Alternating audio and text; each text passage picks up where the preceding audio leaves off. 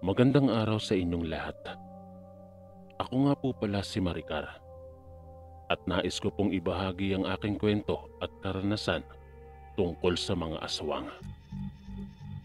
Tawagin niyo na lang ako sa pangalang Marie, tubong Tankanaey o Igorot, at lumaki sa pamumuhay na isang kahig isang tuka. Dahil ang mga magulang ko ay tanging magsasaka at sa dami naming magkakapatid ay hindi sapat ang kinikita ng aking mga magulang. Ako ay isang batang masunurin at masipag. Dahil sa murang edad ko noon, ay nagtitinda na ako ng sari-saring gulay sa kabahayan, minsan sa aking mga guro. Kahit napausan ako palagi at kusit-kusit ang aking uniforme, ay hindi naman ako nagpapalamang noon sa aming klase. Hanga sa akin noon sa kasipagan ko ang aking mga guro. Kaya naman akala ng aking mga magulang, ako daw ang mag-aahon sa kanila sa hirap dahil napakasipag ko daw na bata. Dahil dito ay mas pinagbutihan ko pa ang aking pag-aaral dahil mahirap kung wala kang dalang 4 years degree. May discrimination talaga kapag mga ganito. Nagbebenta din ako ng mga merienda sa aming eskwelahan noon at lahat ng kinikita ko ay binibigay ko kay mama. O kaya naman ay ginagamit kong pambili ng ilan sa mga kagamitan ko sa eskwela. Tuwang-tuwa nga sa akin yung mga guro dahil daw marunong na daw akong dumiskarte para sa sarili ko. 7 taon ako noong nagsimulang abusuhin ako ng sarili ko ding kamag-anak, ang pinsan ko. Dahil sa nakatira kami sa bahay kubo at maliit lang, ay tabi-tabi kaming magpipinsan matulog. Wala nang mga magulang ang aming pinsan dahil namatay ang mga ito nang madisgrasya sila sa kanilang sinasakyan. Mula noon ay magkakasama na kaming lumaki. Doon ako napatabi sa pinsan ko na si Kuya Nelson. 17 taong gulang na siya noon at doon naganap ang unang pang-aabuso niya sa akin. Akala ko dati ay normal lang yung pinapakita niyang pagmamahal. Hinahalikan ako at madalas kinakandong. Hanggang isang gabi ay nagulat ako dahil nilalaro niya ang maselang parte ng katawan ko. Sabi pa niya ay wag ko din daw ipagsasabi sa iba ang ginagawa namin dahil para sa amin lang daw yon. Bilang isang bata ay naniwala naman ako kaagad noon kay Kuya Nelson. Tumayo ako at hinanap ang aking nanay at doon na ako tumabi. Kinabukasan, habang nagkakape ang lahat, ay nagsalita ang pinsan ko. Sabi niya sa nanay ko, "Tita, alam mo ba yang si Maricar? Nagising ako dahil parang nababasa ako sa higaan. Tapos nung kinapa ko, basa pala ang shorts niya." Sabi niya sabay kunwaring tumatawa. "Kaya pala biglang tumabi sa akin to kagabi. Nako, ikaw talaga Maricar."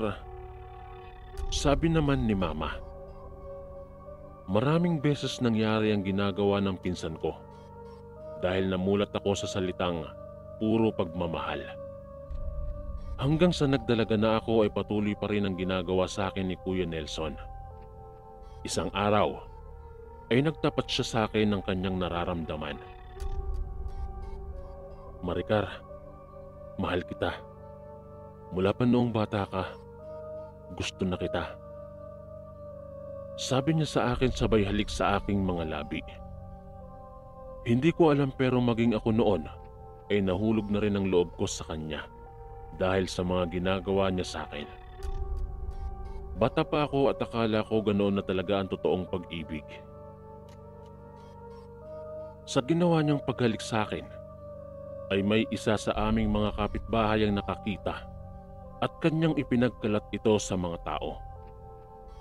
Noong una ay pinagtatanggol pa kami ng aking nanay noong mabalitaan niya ang tungkol dito dahil hindi ito naniniwala. Ngunit araw ng Pasko noon ay inaantay namin lahat ng oras ng 12:00 nang bigla akong hinila ni Kuya Nelson sa likod ng aming kubo-kubo Tsaka niya ako siniil na naman ng halik. Dahil matagal na hindi kami masyadong nakakapagkita. Dahil madalas ay nasa eskwelahan ako at hindi kami nagkakaroon ng oras sa isa't isa. Maricar, miss na kita. Magsama na kaya tayo? Magpakalayo-layo tayo. Ito ang sinasabi niya sa akin habang isinasagawa namin ang kasalanan sa likod ng kubo. Nagulat kami pareho nang bigla naming nakita si nanay sa harap namin at tahimik lang ito. Maya-maya pa ay pumasok ito sa loob ng bahay at humagulgol sa pag-iyak. Sobrang kaba ang nararamdaman ko noon at ang iba naming mga pinsan ay binugbog si Kuya Nelson. Pinili ni Mama na ilayo muna ako sa amin upang hindi daw ako gawing pulutan ng tsismis. Bahala na daw kami kung magsasama daw kami ni Nelson. Huwag lang daw kaming magpapakita ng kahihiyan ng aming pamilya sa lugar namin. 500 piso lamang noon ang aming pera ni Nelson at 1 sako lamang ng bigas. Madaling araw kaming umalis pagkatapos ng Pasko. Nang sa gayon ay walang makaalam. Kapag mayroong nagtanong daw kung nasaan ako, sasabihin na lang daw nilang ipinaampun kami. Sobrang sakit para sa akin noon dahil kahit ayaw ko ay hindi na nagbago ang isip ni Mama. Lalo na at baka mabuntis pa daw ako. Sumakay kami ng bus noon at hindi namin alam pareho kung saan kami pupunta. Hanggang sa makarating kami sa Antique at dito na kami naghanap ng trabaho ni Nelson. Mapalad naman kami at nakahanap kami ng isang pamilya na may negosyong babuyan at kami daw ang magbabantay dito. Wala lang naman sa akin yon dahil sanay na ako sa ganitong klaseng trabaho. Maganda din naman dahil walang masyadong mga katanungan ng may-ari kung bakit masyado pa akong bata na nakipagtanan na. 13 taong gulang na kasi ako noong umalis kami sa aming probinsya. Minsan ay pumapasok si Nelson sa construction, dagdag para sa aming gastusin. Naging maayos naman ang aming pagsasama noon dahil itinuring naman niya ako na parang isang prinsesa. Ngunit hindi ko alam na magbabago din pala yon. Makalipas kasi ng 4 na taon naming pagsasama ay nabuntis ako. Kaya naman hindi ko na siya napagbibigyan palagi sa gusto niya tuwing gabi. Maselan din kasi ang aking pagbubuntis. Dito ko siya napapansing kakaiba na ang ugali niya sa akin.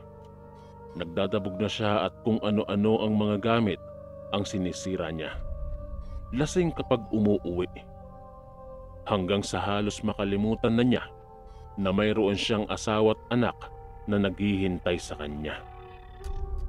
Madalang na lang siyang umuuwi at madalas ay halos umaabot pa ng 1 buwan.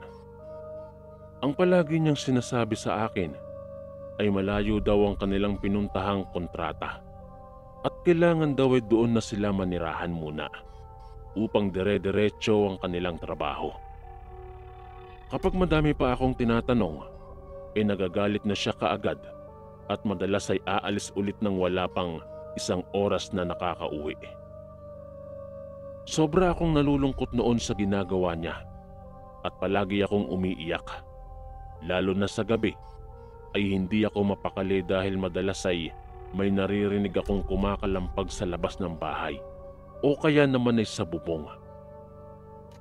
Sa tuwing nangyayari ito ay naninigas ang tiyan ko at namimilipit ako sa kaba at sakit.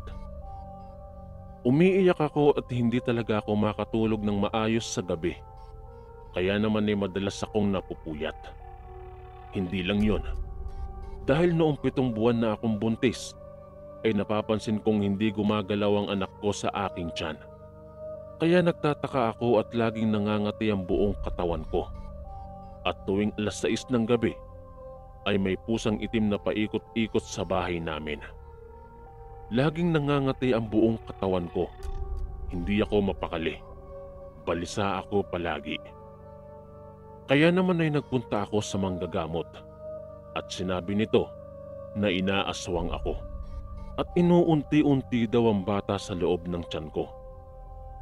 Mabuti na lamang at naagapan kong magpagamot, at pagkatapos kong gamutin ay gumalaw na ang bata sa tiyan ko. Gamit ang dugo ng manok na kinatay ay ipinapahid ito sa noo ko. Ginuguhit ng manggagamot ang parang krus sa aking noo, at may ritual na isinasagawa ang manggagamot. Tsaka niya ako pinapasigaw ng aswang. Pagkatapos kong magamot ay napapansin kong unti-unting nauubos ang mga alaga ko ding mga manok at sisiw. Matapat naman ako sa aking amo at sinasabi kong natatagpuan ko na lamang ang mga itong putol ang kanilang mga ulo. Noong una ay akala namin ay aso ang gumagawa nun, kaya naman ay nilagyan pa namin ito ng harang. Subalit nagulat kami nang isang araw ay ang mga baboy naman na aking mga alaga ang naisipang patayin ng mga aswang. Nagulat na lamang ako noon dahil paglabas ko sa kubo at maglilinis na sana ako ay nagkalat ang dugo sa kulungan, at ang isa sa kanila ay nakalabas ang ilan sa mga lamang loob. Wakwak ang tiyan nito at maraming kagat. Pinaniniwalaan na aswang ang gumawa nito noon. Sinabi ko kaagad ang pangyayari sa aking amo noon at agad naman niyang pinalagyan ng dobleng proteksyon ng kulungan upang hindi na muling makapatay pang muli ng alagang baboy ang aswang. Ma'am, nasira na naman po ang ginawa ninyong bakod sa kulungan. May isa na naman pong namatay sa mga baboy. Ito ang malungkot na balita na ipinagpaalam ko kaagad sa aking amo. Hayaan mo, palalagyan pa natin yan ng mas maayos pang proteksyon. Salamat sa pagbabantay. Ito ang sinabi sa akin ng aking amo at mabuti na lang talaga at mabait ito. Walang anuman po, sagot ko naman. Mag-iingat ka din, baka ikaw ang isunod. Wala ka pa namang mga kasama. Malapit ka pa naman ding manganak. Bilin niya pa sa akin. Opo ma'am, maraming salamat po. Sabi ko ulit nang bigla siyang magtanong kung nasaan na daw ang asawa ko. Sinabi ko naman na nasa trabaho, ngunit madalang na itong umuwi. Nagkukwentuhan pa kami ng mga sandaling yon tungkol kay Nelson. Kahit siya ay sinabi niya ring pwede ko siyang hiwalayan dahil sa mga ginagawa niya sa akin. Mag-isa ko lang sa lahat ng yon at walang pakialam si Nelson. Kahit pa noong manganak na ako, ay halos hindi man lang niya nagawang tignan ng kanyang anak. Dahil dito ay napilitan akong maghanap ng ibang hanap buhay na po pwede kong gawin pagkatapos ko maglinis at pakainin ng mga baboy. Nag-iipon na rin kasi ako noon ng pera upang makaalis na ako sa lugar na ito dahil hindi ko na kayang tiisin ang ginagawa sa akin ni Nelson. Nabalitaan ko rin mula sa mga kasama niya sa trabaho na nambababae daw ito lagi. Naglako ako ng mga kakanin noon at karga ko ang aking anak noon sa paglalakad. Kahit kaunting kita ay makakatulong ito para sa aming pagkain. Sobrang payat ko na rin noon. Hanggang sa nakilala ko si Alvin. Halos magkasing edad lamang kami. Ngunit tumigil na rin ito sa pag-aaral. Palagi siyang bumibili ng aking mga paninda at kay tamis lagi ang pagkakangiti niya sa akin. Ito ang unang beses na kinilig ako sa isang lalaki. Doon ko napagtanto na ganun pala ang pakiramdam ng umiibig. Miss Beautiful, kailangan mo ba ng tulong? Ito lagi ang tawag sa akin ni Alvin at hinahatid niya ako palagi sa tinutuluyan kong maliit na kubo. Nako, magaling ka talagang mambola no? Sanay na sanay. Nako Alvin, wag ako. Sa una lang kayo ganyang mga lalaki. Sabi ko sa kanya. Ngunit tinitigan lamang niya ako bago pa ako pumasok sa loob ng aming kubo at saka nagsalita. Seryoso ako sa iyo. Sabihan mo lang ako kapag handa ka nang sagutin ako. Sabi niya tsaka niya ako inalalayang pumasok sa loob at kinuha niya lahat ng mga buhat ko. O siya, magpahinga ka na dyan. Ako na bahalang maglinis dito sa mga nagamit mo. Alam kong pagod ka. Sabi niya. Nakangiti ako noon at kinikilig ako sa mga ginagawa niya sa akin. Nang maya-maya pa, ay may narinig akong sigaw sa labas. Maricar! Malandi kang babae ka! Papatayin ko kayong dalawa! Ito ang boses ni Nelson na narinig ko sa labas at sumilip ako sa bintana. May hawak siyang malaking itak. Sumigaw ako noon kay Alvin na may dalang itak si Nelson. Malalakas na suntukan at madugong labanan ang nangyari. Mabuti na lang at lasing na lasing si Nelson. Kaya naman ay pagkatapos ng ilang suntok sa kanya ni Alvin ay bumagsak na ito. Sa araw na iyon ay binuhat siya ng mga tanod ng barangay at dinala sa pulis. May taga na noon sa kamay si Alvin, kaya naman ay tagaktak ang dugo mula dito. Mabuti na lang at sa tulong ng mga tanod ay naisugod kaagad siya at naagapan naman. Sobrang pag-aalala ang nararamdaman ko noon. Ilang araw din akong nakabantay kay Alvin sa ospital at inalagaan ko siya talaga ng mabuti.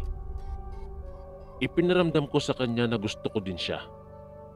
Tuluyan na rin akong nakipaghiwalay kay Nelson at kahit na masama ang loob niya ay wala na siyang nagawa pa. Tanggap naman ni Alvin ang aking anak at nagsama na rin kami. Ginamit kong puhunan sa aking tindahan na maliit noon ang huling sweldo ko sa piggery. Dahil pinalayas na rin kami ng may-ari. Dahil malas daw sa negosyo ang mga nangyaring yon. 3 taong pagkakakulong ang hatol kay Nelson. Para sa amin ay hindi sapat yon, ngunit wala na kaming nagawa pa.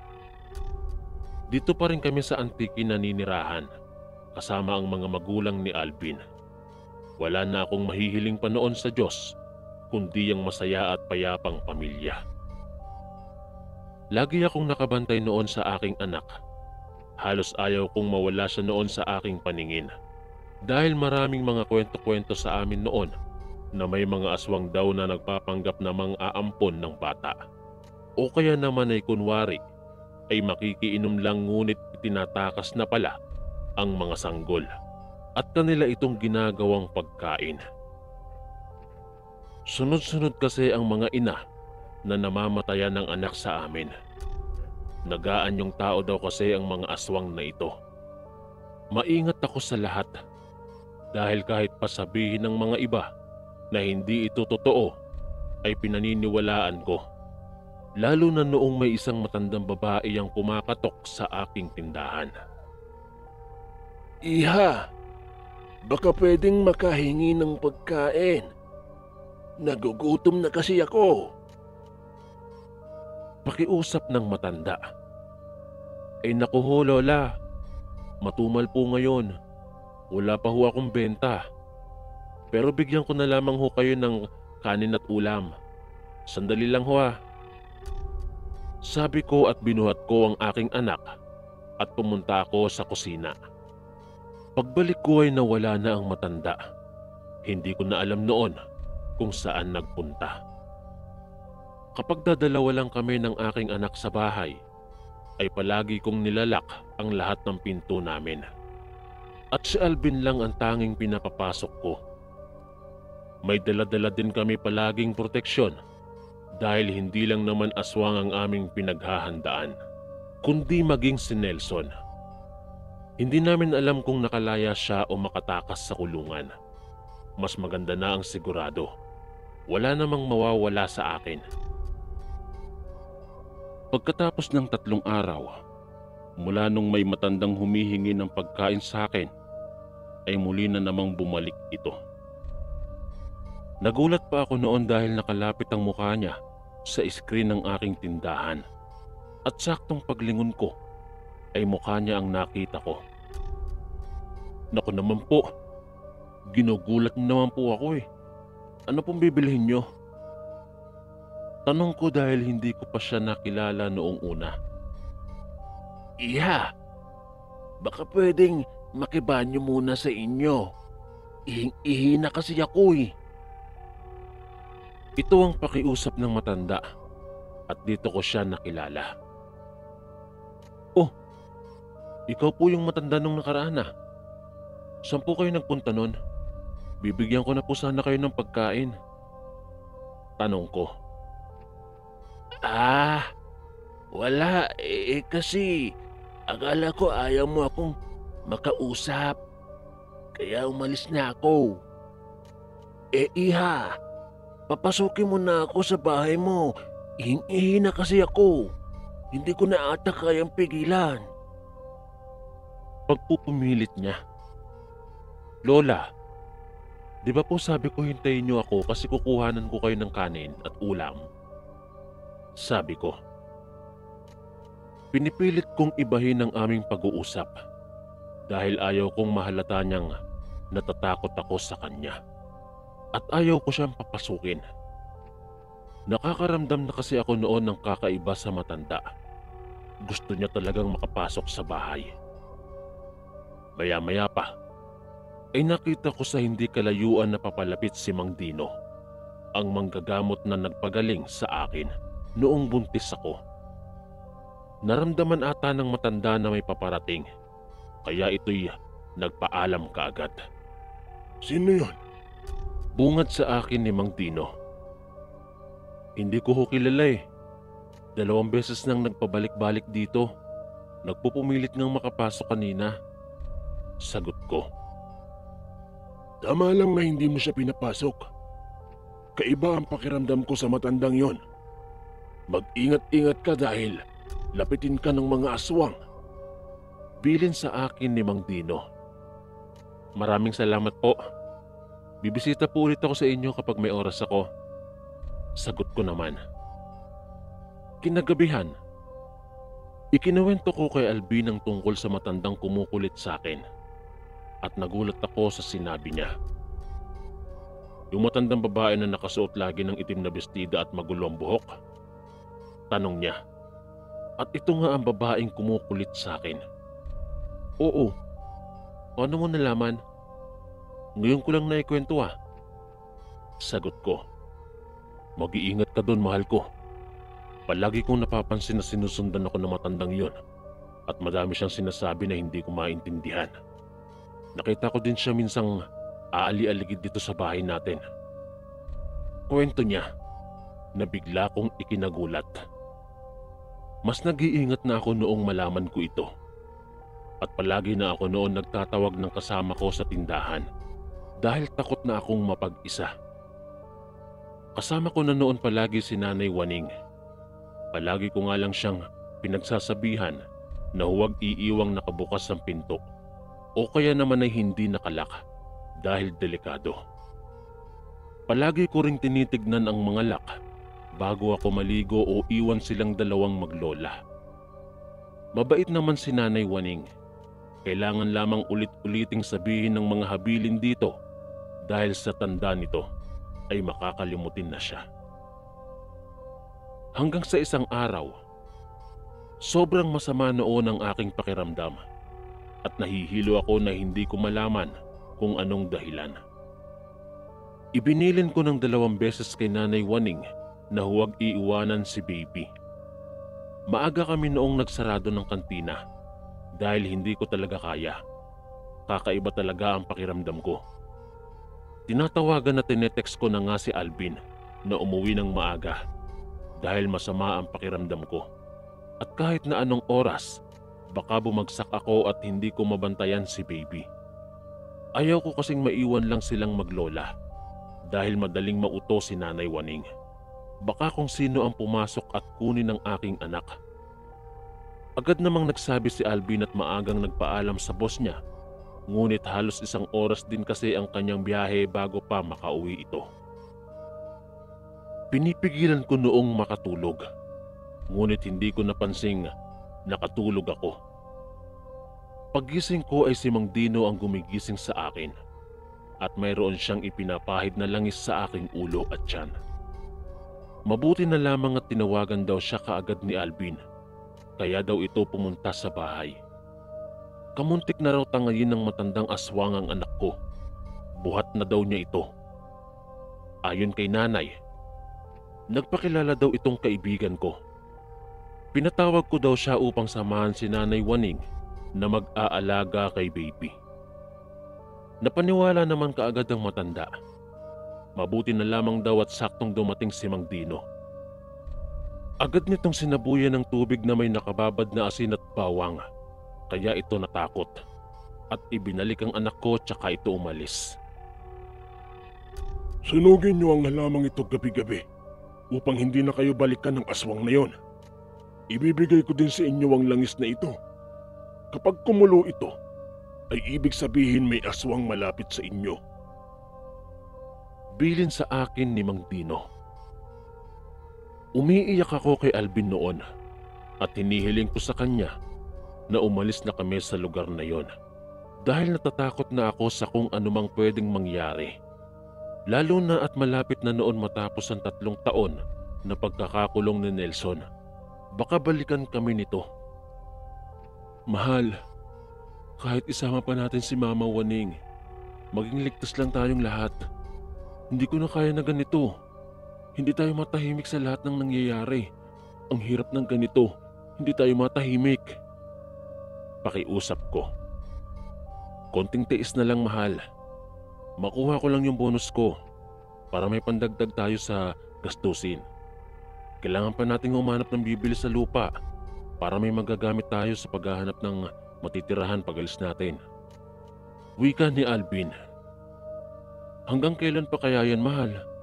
Gaano pa kaya katagal? Ang dami nang nawawalang mga bata dito sa atin na hindi nila mahanap kung saan na dinala. Ayaw kong magsisi sa huli. Sabi ko at nakaramdam ako ng konting tampo sa aking puso dahil po pwede naman naming gawa ng paraan ang pagbebenta ng lupa dahil may cellphone naman na noon. Naisipan kong hindi ko na kayang antayin pa ang 2 buwang hinihingi ni Alvin. Naisipan kong mapaubos na lahat ng aking paninda sa loob ng 1 linggo dahil may konting ipon naman na ako. Siguro'y mauuna na siguro akong umalis na lang kasama ang anak ko sa mas ligtas na lugar. Hindi na ako bumili pa ng bagong stock. Noong malapit nang maubos ang aking mga paninda, ay halos bagsak presyo na ang mga ito. Umiiyak si Alvin dahil ayaw niyang iwanan ko siya, ngunit wala na akong magagawa pa. Kailangan ko itong gawin. Dumating ang araw na bibiyahe kami ng aking anak at nakahanda na noon ang lahat ng aking gamit. Tinulungan ako ni Alvin na magbuhat ng aming mga gamit. Nagyakapan kami ng mahigpit at isinama ko si Nanay Waning sa amin. Pagkasakay namin sa bus, ay nagulat ako nang makita ko ang pamilyar na mukha, si Nelson.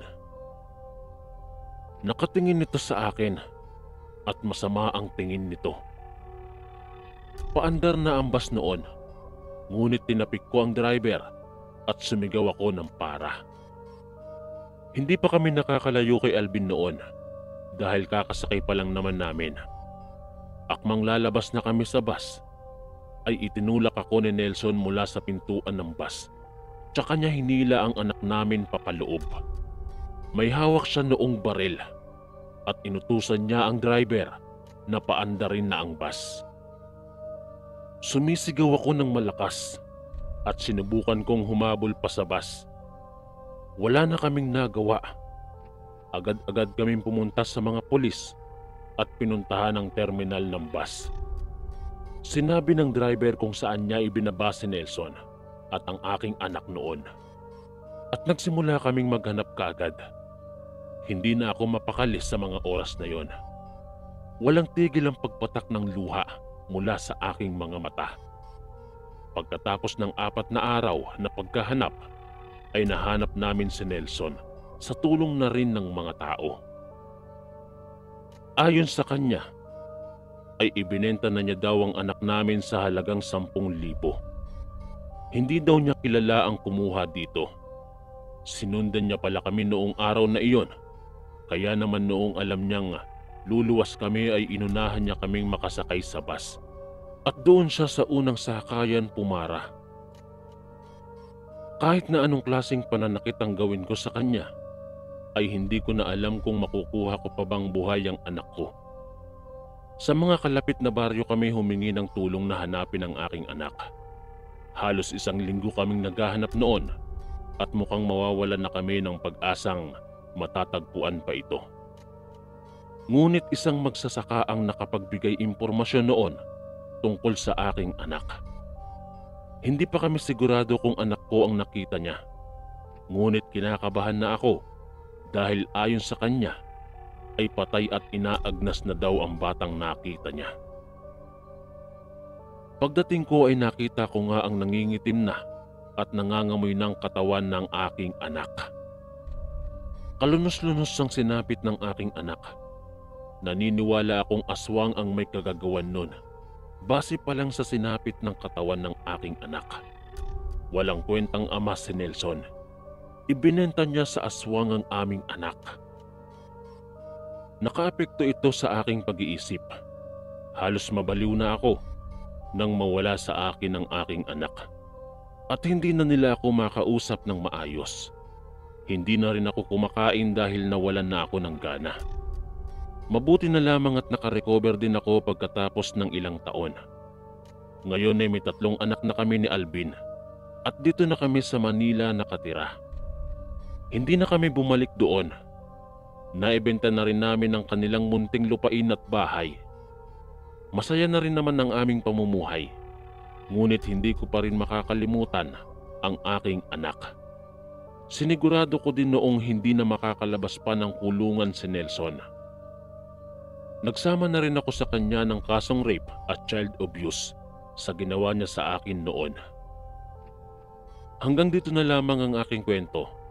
At sana ay maayos ang pagkakagawa ko dahil hindi po ako marunong magsulat ng kwento. Maraming salamat sa pagbibigay sa akin ng pagkakataon na maibahagi din ang aking kwento. Maricar.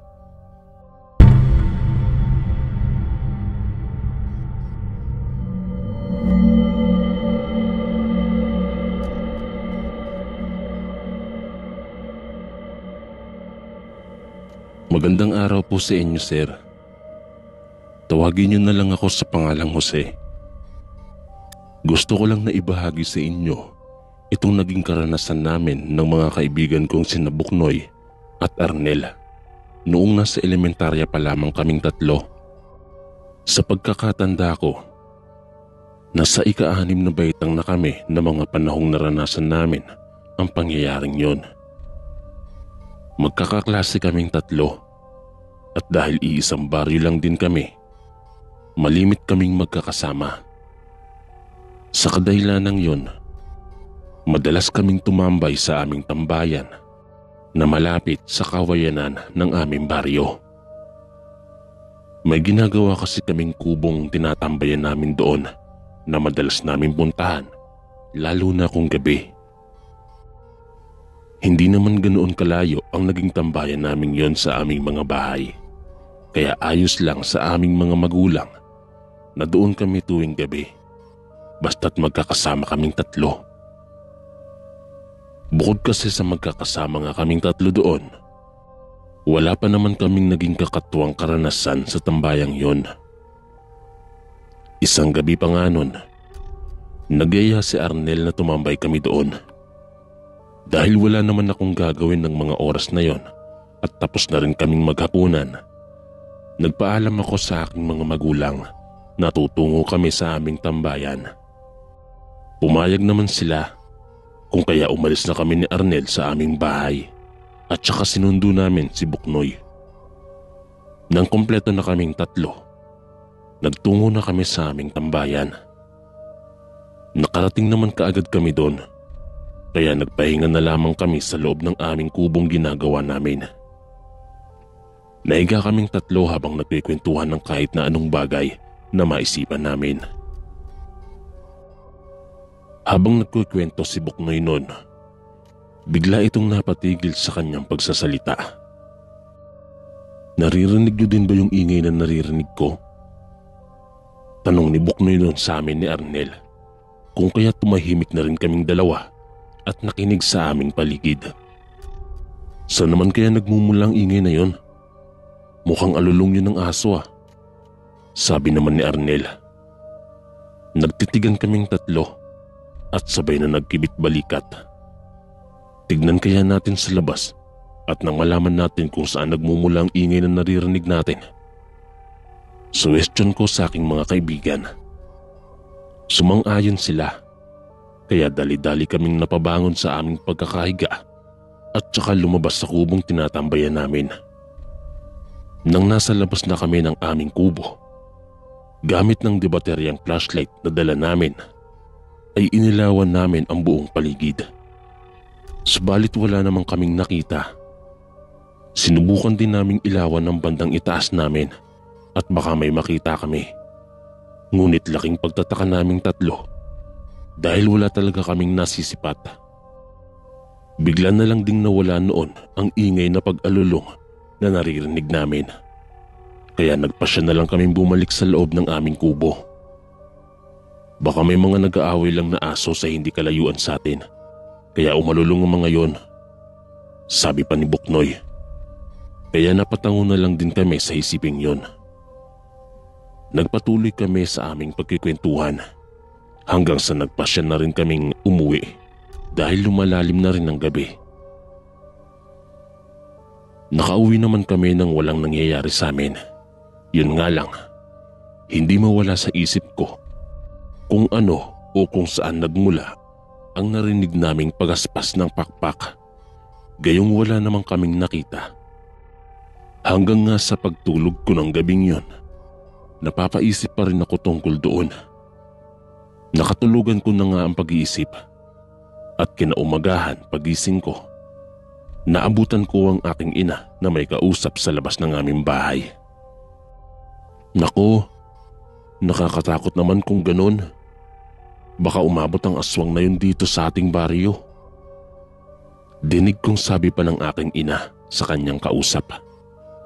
Sumang-ayon sa kanya ang kausap niya at sinabihan pa si mama na dapat mag-iingat na lang, gayong delikado ang aswang. Nagpaalam na rin noon kay mama ang kanyang kausap, kaya pumasok siya sa aming bahay. Nang makita niya ako, ay sinabi rin niya sa akin ang tungkol sa balibalitang may aswang daw sa kabilang baryo. May nabiktimang bata ang aswang na sinasabi nilang wakwak daw, kaya natatakot ang mga taga doon sa baryong yon. Kaya ikaw, Jose, mag-iingat ka.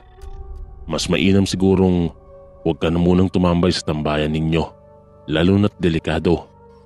Baka umabot ang aswang dito sa ating baryo. Mahabang sabi pa ng aking ina sa akin. Hindi na lang ako umimik at nag-almusal na lang. Dahil sa naging balibalita tungkol sa wakwak na aswang, natakot ang mga tao sa aming baryo. Hindi na rin muna kami tumambay sa aming tambayan tuwing gabi. Dahil hindi kami pinapayagan ng aming mga magulang dahil nga may aswang at delikado ang panahon. Subalit isang gabi nun, nagkasundo kaming tatlo na tumambay. Hindi na lang kami nagpaalam sa aming mga magulang. Salip ay hihintayin na lang naming matulog ang mga ito at saka kami tatakas sa aming mga bahay para makapunta sa aming tambayan. Mahimbing na nga ang tulog ng aking mga magulang. Mahimbing na nga ang tulog ng aking mga magulang nang marinig kong may pagsitsit sa labas ng aking bintana. Baka sina Arnel at Buknoy na yan, sabi ko pa sa aking sarili, at saka sumilip sa bintana ng aking silid. Nakita ko nga silang dalawa na naghihintay sa akin sa labas, kaya kinuha ko na ang dadalhin kong flashlight at saka lumabas ng aking silid. Dahil napaisip ako kung totoo ang aswang, kumuha na lang ako ng patalim sa aming kusina at saka tinago yun sa maliit na bag na dinala ko ng gabing yon. Dahan-dahan akong naglakad palabas sa aming bahay at nang makalabas na nga ako, umalis na rin kaming tatlo ni na Arnel at Buknoy at naglakad na patungo sa aming tambayan. Nang marating namin ang aming tambayan, kaagad kaming pumasok sa aming kubo doon at nahiga. Gaya ng nakasanayan naming tatlo, nagkwentuhan na lamang kami. Napagkwentuhan din namin noon ang tungkol sa balibalitang may aswang sa kabilang baryo. Naniniwala ba kayo sa aswang? Ako kasi hindi eh. Sabi pa ni Buknoy. Napakibit-balikat na lamang ako bilang tugon sa kanya. Maging si Arnel noon ay ganun din. Ayon pa kay Arnel, hindi din niya masasabi kung totoo ang aswang o hindi. Gayong wala pa siyang karanasan sa nilalang na yon. Nagbiro pa si Buknoy na kung makararanas man kami ng pangaaswang, baka maniwala siya. Nagtawanan pa kami dahil doon, ngunit natigil kami sa aming pagtatawanan nang sa hindi inaasahan ay may naulinigan kaming alulong ng aso. Nanindig kagad ang aking balahibo sa katawan dahil doon. Hindi ba't nakarinig din tayo niyan nung nakaraan? Tanong pa ni Arnel, kaya nagkatitigan kaming tatlo. Hindi namin alam kung ano ang susunod naming gagawin, kung kaya nagmatsyag na lang muna kami sa paligid. Nawala din naman ang pag-alulong na yon, kaya kahit papaano ay nawala ang kabang nararamdaman ko. Makalipas lang ang ilang sandali, pareho kaming nagulat nang may mga pagyabag kaming narinig mula sa labas ng aming kubo. Sino kaya ang nasa labas? Bulong na tanong ko sa aking mga kaibigan. Sumenyas naman si Arnel na huwag kaming maingay, kaya sinubukan naming hindi makagawa ng kahit na anong ingay. Papalapit ng papalapit noon ang mga pagyabag sa aming kubo. Nakaramdam na ako ng takot sa hindi ko malamang dahilan. Pakiramdam ko kasi may kakaiba sa mga pagyabag na nasa labas ng aming kubo. Dahil sa kuryosidad naming tatlo, dahan-dahan kaming kumilos upang maghanap ng butas kung saan kami pwedeng sumilip para makita ang nasa labas ng kubo. Ganun na lang ang gulat naming tatlo nung may matanaw kaming kakaibang aso sa labas ng aming kubo. Malaki kasi ito kumpara sa karaniwang aso at matingkad ang maitim nitong kulay. Isa pa sa nagpaiba sa asong yon ay ang mapupula at tila nagbabaga nitong mga mata. Nakaupo lang ito habang inaamoy-amoy ang hangin. Tila alam nitong naroroon kami sa loob ng kubo, kaya ganoon na lang siguro ang paghihintay niya. Makalipas pa ang ilang sandali, tila nainip ito sa paghihintay, kaya mabilis itong kumilos at nawala sa kanyang pwesto. Inakala naman naming tatlo nun na wala na ang malaking aso, kaya nagpasya kaming lumabas na lang at umuwi. Nakaramdam din kasi kami ng takot ng mga oras na yon. Dali-dali na nga kaming lumabas nun sa kubong tinatambayan namin sa pag-aakala ngang wala na ang malaking asong nagbabantay sa labas. Subalit ilang hakbang pa lang noon ang nagagawa naming tatlo nang makarinig kami ng pag-angil sa aming likuran. Nagkatinginan kaming tatlo at kanya-kanya ng takbo. Hindi na lang kami naghiwa-hiwalay ng daan noon at mabilis na tumakbo patungo sa aming bahay dahil ang bahay namin ang pinakamalapit sa aming tambayan. Bilisan nyo, huwag na kayong lumingon. Sigaw ko pa kina Arnel at Buknoy. Sinunod naman nila ako at hindi nga sila lumingon. Alam naming nakasunod sa amin ang malaking aso dahil dinig na dinig namin ang mga pagyabag nito. Sa kalagitnaan ng aming pagtakbo, bigla na lang nawala ang malaking asong nakasunod sa amin. Nang lumingon kasi ako, hindi ko na ito nakita. Subalit kahit na ganon, hindi pa rin kami tumigil sa pagtakbo sa takot na mahuli kami ng malaking aso.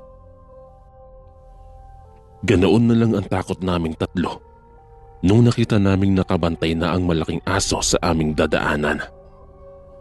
Napatigil kaming tatlo dahil hindi namin alam ang aming gagawin ng mga sandaling yon. Hindi na tayo pwedeng bumalik at susundan pa rin tayo niyan. Mas lalong manganganib ang buhay natin kung sakali. Sabi ko sa aking mga kaibigan. Sumang-ayon naman sila sa akin, kaya nag-isip kami ng maaari naming gawin. Takot man kami ng mga oras na yon, napagkasunduan naming maghiwa-hiwalay ng direksyon para malito ang aso kung sino ang kanyang hahabulin sa amin. Nang magsimula na nga itong tumakbo patungo sa direksyon naming tatlo, ginawa na namin ang aming plano. Nakita naman naming tila nalito nga ang malaking aso. Subalit mas binilisan ko naman ang aking pagtakbo nang mapagtanto kong ako ang hinahabol ng malaking aso. Nilingon ko ang aking mga kaibigan na noon ay patuloy pa rin sa pagtakbo nila patungo sa aming bahay at narating nga nila ito. Ipinagpatuloy ko na lang din ang aking pagtakbo. Nabuhayan naman ako ng pag-asa nung nakita kong pinagbuksan ng pinto ng aking mga magulang ang aking mga kaibigan. Tanaw ko ding sinasalubong ako ng aking ama, kaya unti-unting nawala ang aking takot. Nang mapalingon ako, nakasunod pa rin sa akin ang malaking aso. Nang medyo malapit na ako sa aking ama, sinigawan niya akong tumakbo papasok sa bahay at siya na ang bahala habang iwinawasiwas ang buntot ng pagi na hawak niya. Napatango na lang ako at sinunod si Papa sa kanyang sinabi. Nang makapasok ako sa aming bahay, hinahabol ko ang aking hininga dahil sa pagod. Kaagad namang isinarado ng aking ina ang aming pintuan. Sumilip na lang kami sa bintana ng aming sala upang silipin ang aking ama. Nakita na lang namin itong may kaharap na malaking aso.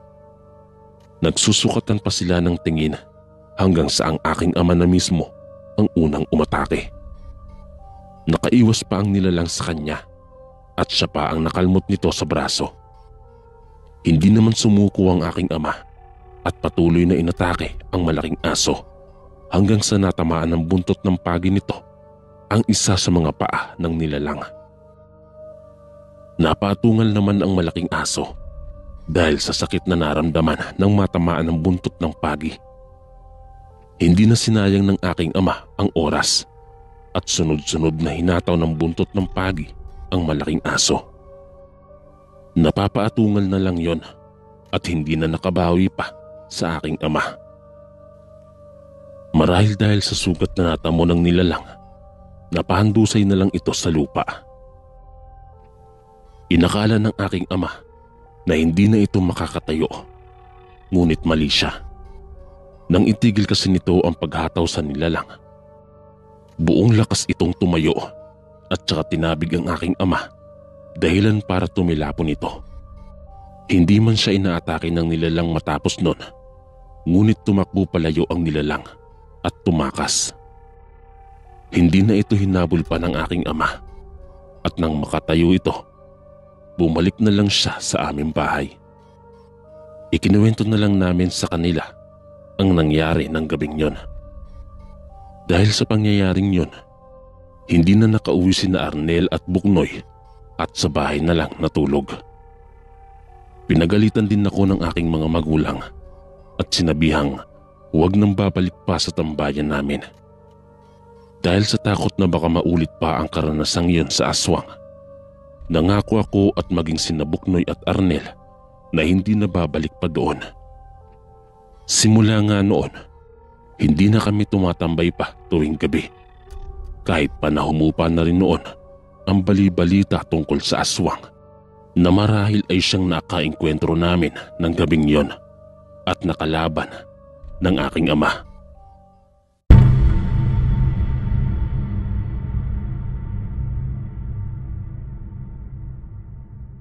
Maraming salamat po mga kaistorya sa pakikinig. At kita-kits po ulit bukas para sa isa na namang nakakatakot na kwento. Ito po si Kuya Chris, ang inyong kaistorya. God bless po at ingat po lagi.